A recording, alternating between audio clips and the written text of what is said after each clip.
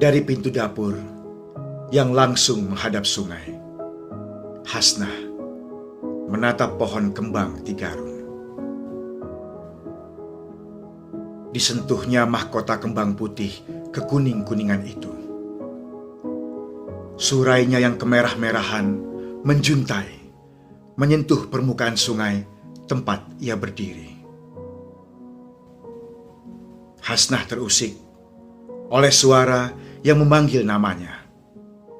Syahril, suaminya, terengah-engah menghampiri. Setelah mengatur nafas, mulutnya komat kamit berbicara pada Hasnah, lalu pergi.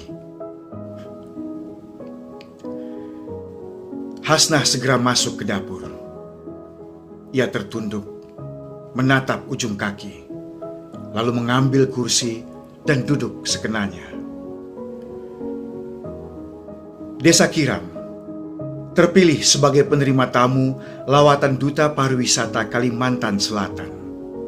Desa ini akan diperkenalkan sebagai kawasan wisata di sepanjang jalur Gunung Pamaton. Dalam 2 minggu, Hasnah harus mempersiapkan segala hal untuk kesiapan acara itu. Ia harus mencari jalan kilat guna mengakali waktu yang sempit. Bergegas, ia menemui kakak Abah, Julak Ibai, untuk mencari solusi. Kata Julak Ibai, ia harus meminjam peralatan dapur dari warga gaib Gunung Pamaton. Saat rapalan mantra dari Julak Ibai, Hasnah tak punya pilihan. Ia menyimak saja dengan seksama. Ulun hanyutakan selarut banyu, Bak Imbai niat mainjam pedaringan pian, gasan hajat bubuhan kami. Minta keikhlasan, wan ridho pian berataan. Bismillahi Allahu Akbar. Saya hanyutkan sejurus mengalirnya air, seiring niat meminjam peralatan dapur untuk keperluan penduduk kami. Mohon keikhlasan dan restu kalian semua. Jangan kada ingat mandak kambang tigarun lah. Gasan pepikat niat ikam kena. Lanjut Julak Ibai mengingatkan Hasnah untuk meletakkan kembang tigarun sebagai syarat pelengkap.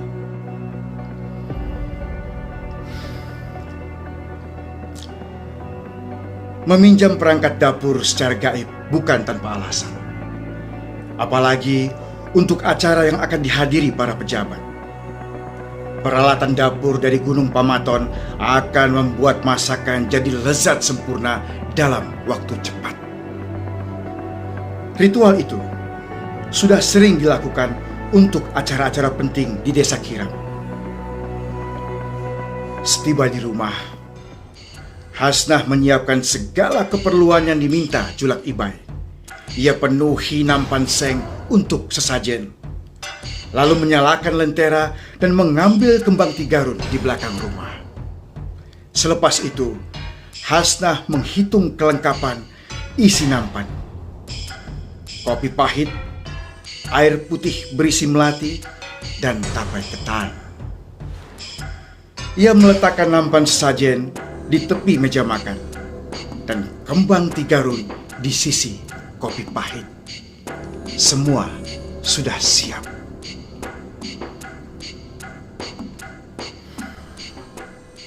Malam itu, Hasnah dihampiri sosok perempuan berkulit kuning langsat.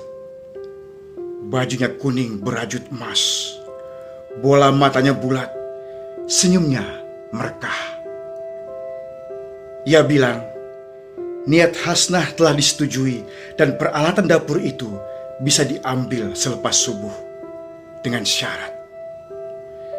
Bila hajatnya telah usai, harus kembali utuh tanpa kurang satupun. Jika tidak, Hasnah harus menebus dengan hidupnya. Hasnah tergeragap. Mimpi itu terasa nyata, seolah ia tengah berada di tepian sungai belakang rumahnya. Ia tak bisa tidur, lalu kembali ke dapur untuk memeriksa nampan sesajen sekali lagi, memastikan tak ada petunjuk lain selain dari mimpinya. Subuh hampir tiba. Hasnah bersiap menuju sungai di depan Gunung Pamaton, bersama Misna dan Imus yang membawa nampan seng. Sepanjang jalan, jantung Hasnah berpacu kencang. Sesekali ia menoleh penuh harap pada Misna dan Imus. Mereka hanya bisa melihat 5 meter ke depan sebelum ditelikung kabut tebal. Tiba-tiba, langkah Hasnah terhenti di depan sebuah pohon besar. Misna dan Imus ikut membeku. Dingin menusuk hingga tulang. Misna mendengar suara Hasnah yang nyaris berbisik merapal mantra. Perlahan, pohon besar itu terbelah tanpa suara. Daun-daun gugur dan lenyap begitu saja. Muncul sebuah gerbang dari balik pohon itu. Mantra usai. Gerbang terbuka dan nampak kilauan emas menerangi pagi gulita. Setumpuk peralatan dapur berlapis emas muncul di hadapan mereka. Sigap Hasnah memungutnya satu persatu dan memberikannya pada Misna dan Imus. Sekilas ia melihat raut wajah Misna yang tercengang kala memegang kuali berlapis emas. Saat itu pula Hasnah meliriknya dengan rasa curiga.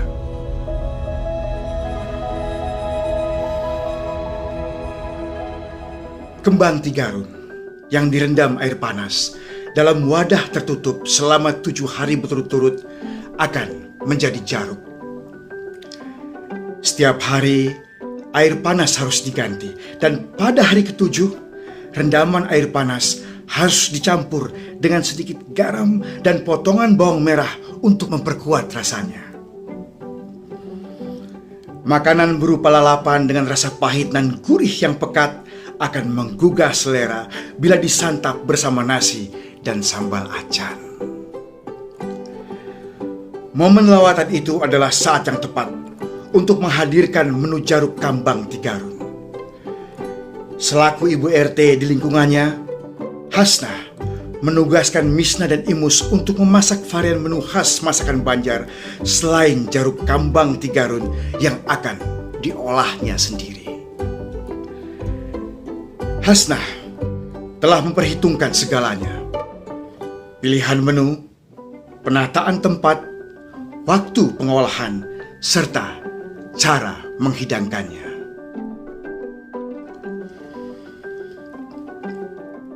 10 hari berlalu. Setelah mengganti air rendaman kembang tigarun, Hasnah memutar otak.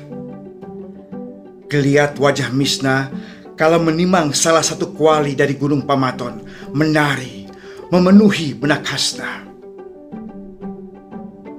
Dengan dalih untuk mempermudah penyajian, Hasnah meminta Misna dan Imus untuk mengumpulkan semua bahan mentah yang sudah jadi bumbu, serta beberapa peralatan dapur untuk dipindahkan ke dapurnya karena letaknya lebih dekat dari tempat acara.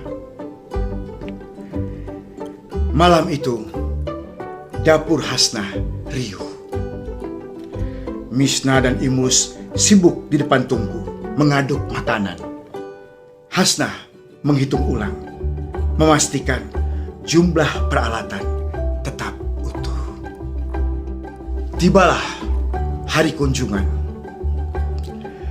Jaruk kambang tigarun telah mengisi pinggan, berdampingan dengan masakan lain.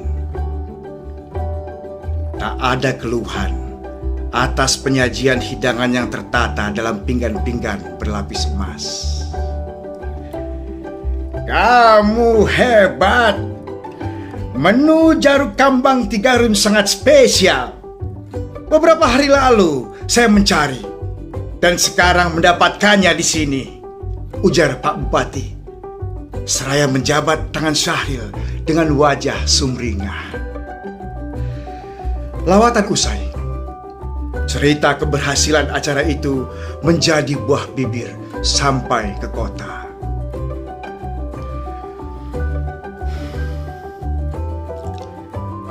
Misna dan Imus mengelap tumpukan peralatan dapur. Hari pengembalian alat dapur telah tiba. Perigi, periuk, belanga, dan semua peralatan dikumpulkan. Hasnah tiba-tiba memekik. Pinggan yang telah ia lap bersih, ia hitung ulang. Tangannya gemetar kala memisahkan jenis barang yang ada. Ternyata pinggan hilang 5 buah.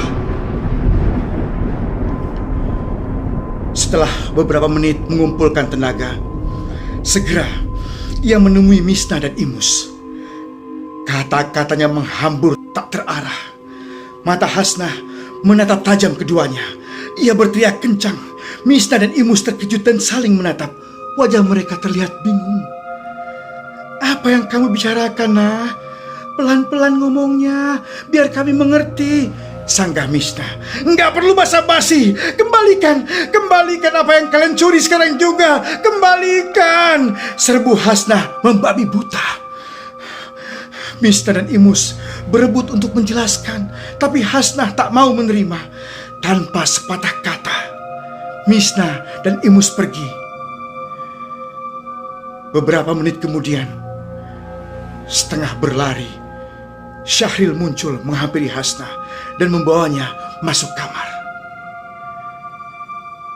Sayup-sayup terdengar suara Hasnah perang mulut dengan suaminya.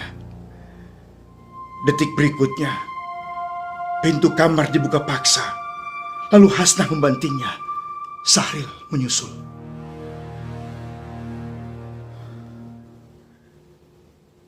Hasnah terisak di sudut dapur. Sambil mengusap air mata, ia membuka pintu dapur yang menghadap sungai dan berdiri menatap pohon kembang tigarun.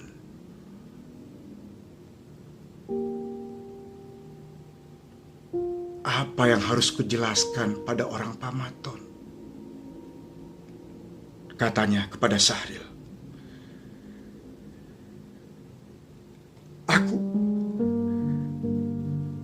Aku gak punya modal untuk mencalonkan diri jadi lurah, Hasnah, ucap Syahril, gemetar membela diri.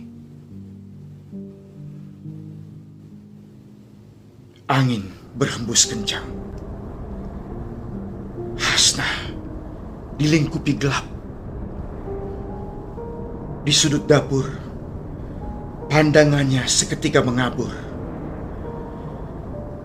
Sayup terdengar. Jerit Hasnah memanggil.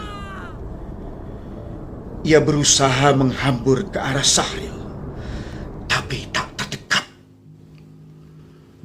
Dari balik pekat yang kian menyeliputi Hasnah, perlahan muncul sosok perempuan berbaju kuning berajut emas. Sepasang mata bulatnya menatap tajam. Mata yang pernah muncul dalam mimpinya itu begitu menghakimi, seolah pemiliknya telah tahu jika barang yang dipinjam Hasnah telah hilang. Semesta rimba raya hening. Jaruk Kambang Tigarun telah menjadi persembahan terakhir Hasnah. ia telah menjadi salah satu makhluk gaib Gunung Pamaton. Meninggalkan Sahril yang membeku dan menyesal telah mencuri pinggan berlapis emas itu.